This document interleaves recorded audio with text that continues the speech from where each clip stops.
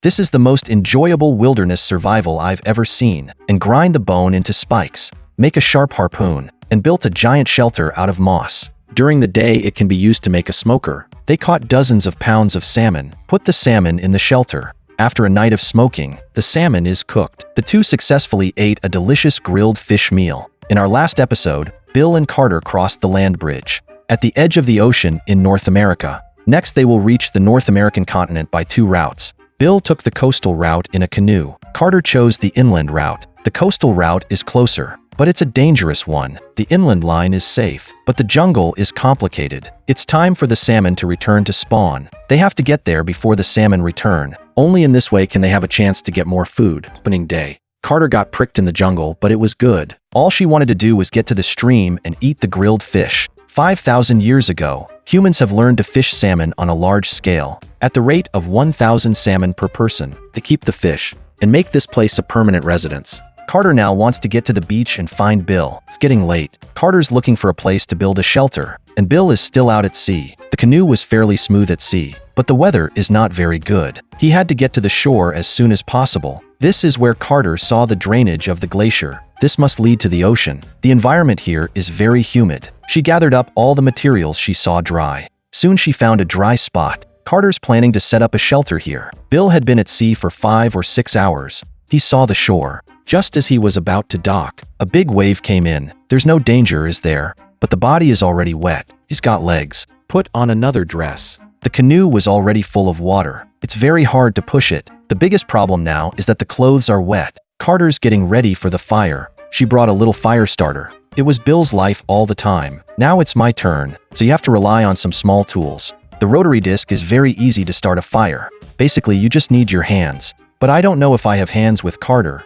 It's very cold now. She didn't bother to light the fire. Just put on the blanket and go to bed. Bill's still hanging out on the shore. He's the worst off right now. My shoes are empty and my clothes are wet. Bill found a fallen tree. It's barely sheltered in here. He's cold as hell in here. Now he's worse than a dog. Time to the next day. Carter began his journey early that morning. She had to get to the shore as soon as possible to look for Bill. Bill's clothes are not dry yet. You can imagine how hard it was last night. Carter had a rough night too. The jungle road is not easy. The field of view is also very limited. She saw some mushrooms on the ground, but I'm not sure these are edible. The main target this time is salmon, not these mushrooms that don't taste good. Carter's trying to find Bill now. Bill, on the other hand, pushed the raft out to sea again. Where the hell is this high guy going? He came to the position of the seaweed bed. There are huge tracts of seaweed. Bill collects some kelp. These kelp are rich in iodine. It's great with grilled fish. He collected some to take away. Carter follows the stream this way.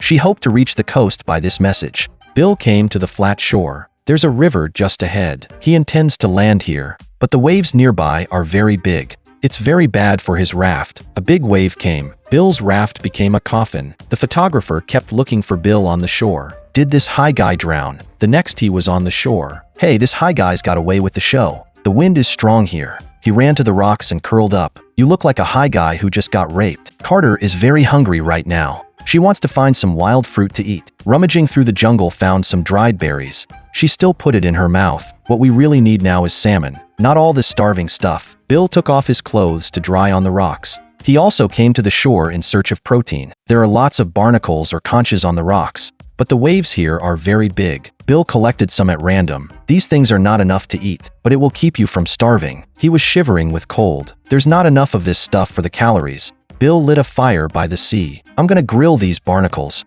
Carter's trying to start a fire. She had so many tools she couldn't start a fire. Bill's already had some grilled seafood. These barnacles are delicious. He thought it was worth it. Carter finally got the fire going, but she's still starving through the night. Time came to the third day. Today's mission is to reach the sea. In the next moment, she appeared out of the sea forest. She saw Bill's boat, but the position is a cliff. There's no way down here. Soon she saw a hole ahead of her. Carter is going to get there and get to the beach. The jungle roads are very difficult. The main thing is the view is bad. Carter kept an eye on Bill on the beach as he walked. They need to hurry. Salmon travel back only a short time. The slope here is more suitable. Carter decided to slide down here. This girl loves to play on the slide. Maybe the thrill of the shock was enjoyable. Soon she reached the foot of the mountain. Carter went through the hole looking for Bill, shouting on the beach. It's not like Bill wasn't on the beach. just took a shit behind a rock. I was too embarrassed to answer Carter's call. I don't want Carter to show up and see him pooping. The two decided to take a raft into the inland river. The water in the river was very calm. The two men sailed well up there.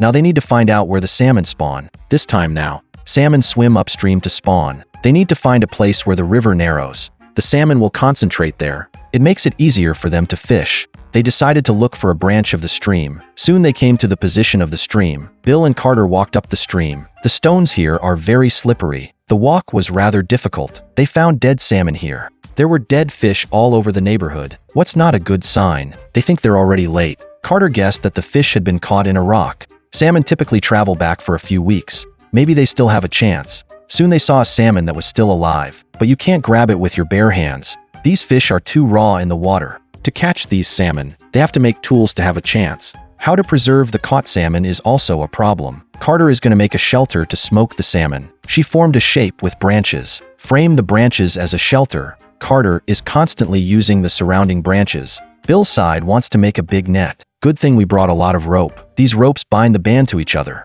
Weave a web. It's definitely a delicate job. The shelter frame is ready for Carter. Now she's going to build a fireplace inside. This fireplace is mainly used for smoking fish. Bill weaves a fishing net on the vine. I can't believe this high guy knows how to sew. The net was soon made. Carter's got a lot of moss up here. She's going to build an airtight smoker oven. Cover it with boards and moss. This insulation effect is absolutely good. Bill's going to make a harpoon. Use bone to create a spike. It's used to make leaden spears.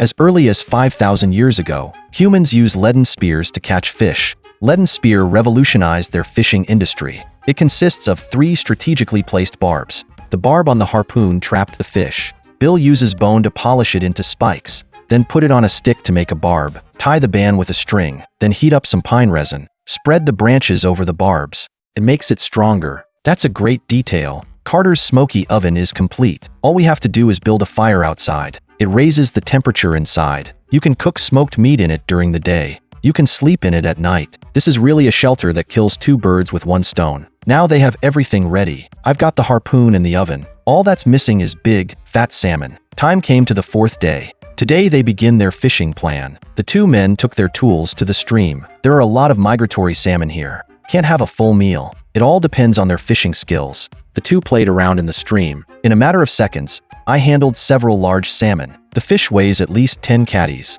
Bill is treating the fish with rocks. Carter started to light the stove. The fish is bright red and delicious, but these high guys don't eat fish heads. Can't do anything but bake. The other fish was very white. Fish is low in fat because of the eggs. Salmon die soon after spawning. Fish roe is very nutritious. Seeded salmon is not tasty. Bill hung the fish on the branch. Carter just took it and hung it in the shelter. Smoke can begin at the mouth that seals the shelter. Grilled fish should be smoked for at least 1 night before being enjoyed. Time came to the 5th day. Carter was out collecting berries early in the morning. Bill is checking last night's smoked fish. It's thoroughly cooked. Tastes really good. Starved for 5 days. Today we can finally enjoy the grilled fish dinner. Carter also picked a lot of chanterelles. Dried seaweed is also made. This meal is making my mouth water, too. This must be the most enjoyable wilderness survival. The salmon is beautifully seared. I don't know what it tastes like, do I? But watching them grill the salmon, I think it's really delicious. Alright, Man in the Wild is over for the season. Along the way, survival experts Carter and Bill. They showed us so much about wilderness survival.